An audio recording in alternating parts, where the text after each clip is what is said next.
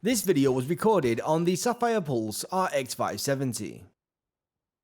Hello ladies and gentlemen, my name is Pixel and welcome to the Sapphire Tech YouTube channel.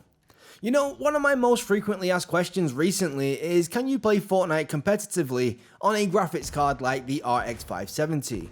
The short and easy answer is yes, you can.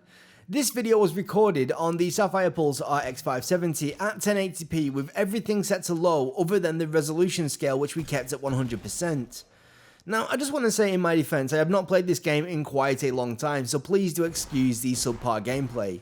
I used to actually be pretty good, but I stopped playing way back around December 2017, and since then it appears that building has completely taken over, and my rapidly aging fingers are quite simply struggling to keep up.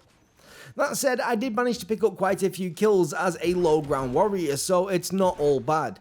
I think in total I played around 7 or 8 matches, and I tried to land at a wide range of different locations to make sure that we gave an accurate representation of the performance, since BR games are notorious for their highly variable frame rates.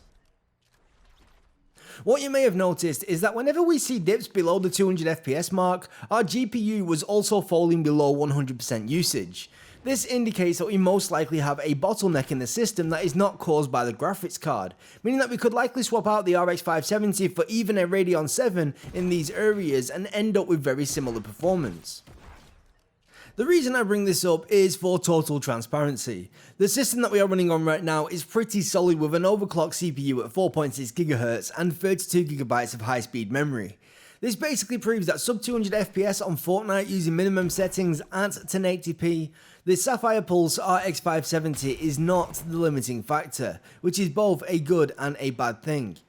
It's good because you can be confident that this GPU is not going to be letting you down.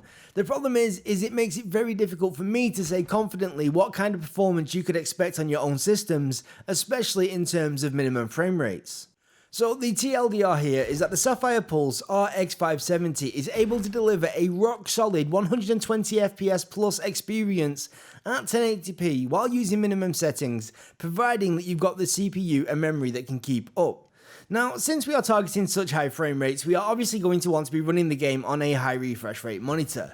Given the choice, I would most certainly pick up a decent 1080p 144Hz FreeSync display and run the game capped at 120 FPS so we get very consistent frame times and very low input latency. This would also mean that we end up with quite a lot of headroom to raise up some of those in-game settings, so maybe we could add a little bit of anti-aliasing or increase the draw distance without feeling any negative impact on the performance. At the end of the day, if you're wanting to play competitive games at a high frame rate and are willing to sacrifice some of them pretty visuals in order to save some cash, then the Sapphire Pulse RX 570 is the perfect graphics card for the job. Anyway, if you are new around here, please do consider slapping that subscribe button and dinging that bell so you get notified of our future uploads. You can also leave any feedback, suggestions or questions in the comment section below this video. Also, please remember to like the video if you liked the video and to dislike it if you didn't. From myself and everyone here at the Sapphire Tech YouTube channel, thank you so much for watching, and until next time, we will catch you later. Bye bye.